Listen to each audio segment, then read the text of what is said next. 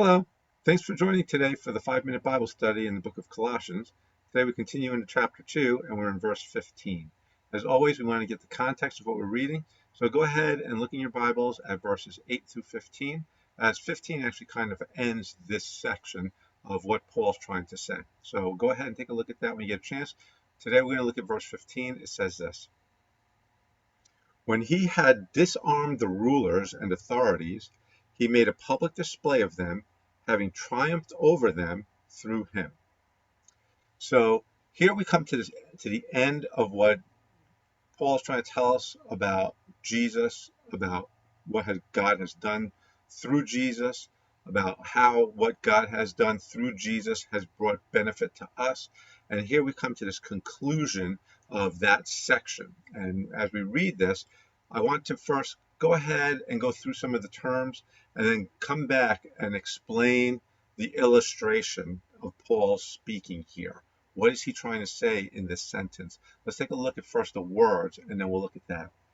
So here it says, when he had disarmed, that word disarmed, it means to fully take off, to strip off, to throw it away, to lay it aside.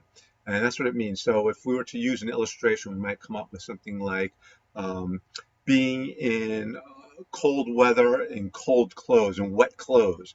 And now you're freezing, you got this cold, wet clothes on top of you, and you want to take that off. You want to disarm it, if you would. If you want to lay it aside, you want to strip it off. That's what this word means. Now, in the English, it's been translated disarm, because that's what makes sense in this particular context, which you'll see in a second why they did that.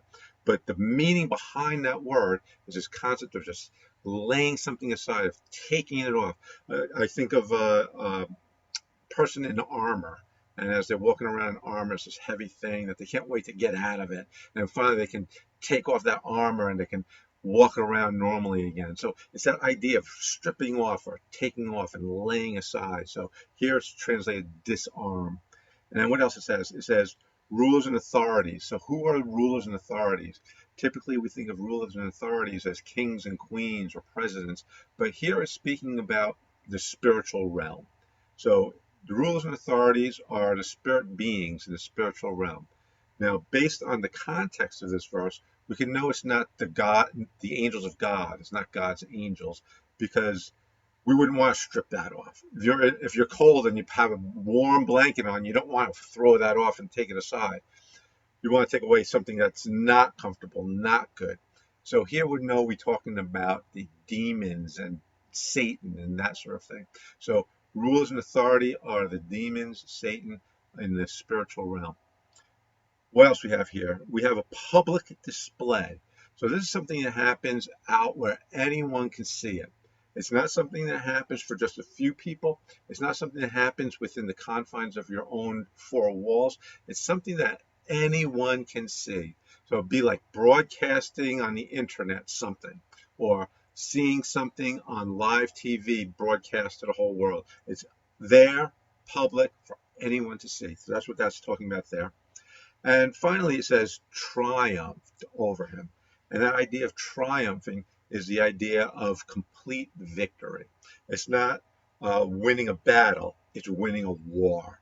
It's the end of the problems we've been having. So that's what this idea of triumphing is. So now, as we put this back all together, I want to give you an understanding of why Paul's even mentioning these.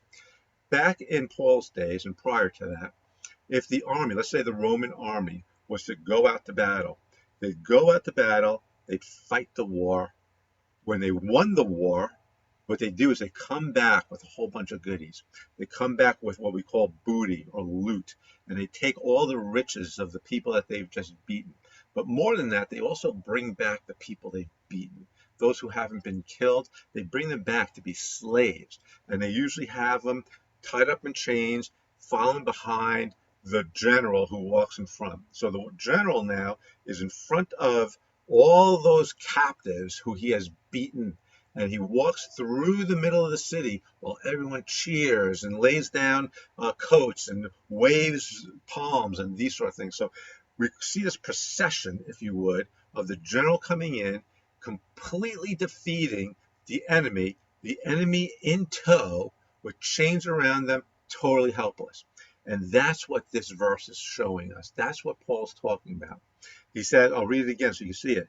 When he had disarmed the rulers and authorities, he made a public display of them, having triumphed over them through him, through Christ. So God has defeated Satan and his demons. And what do they stand for? They stand for death. They stand for evil. They stand for destruction, all the bad things. God has defeated all of that.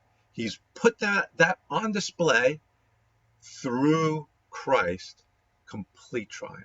So that's what verse 15 is telling us. So thank you so much for joining me today. If you have any questions, any thoughts, any comments, go ahead and put those in the comment section below, and I'll get back to you as soon as I can. Until then, thank you for joining me. Have a wonderful day, and God bless you.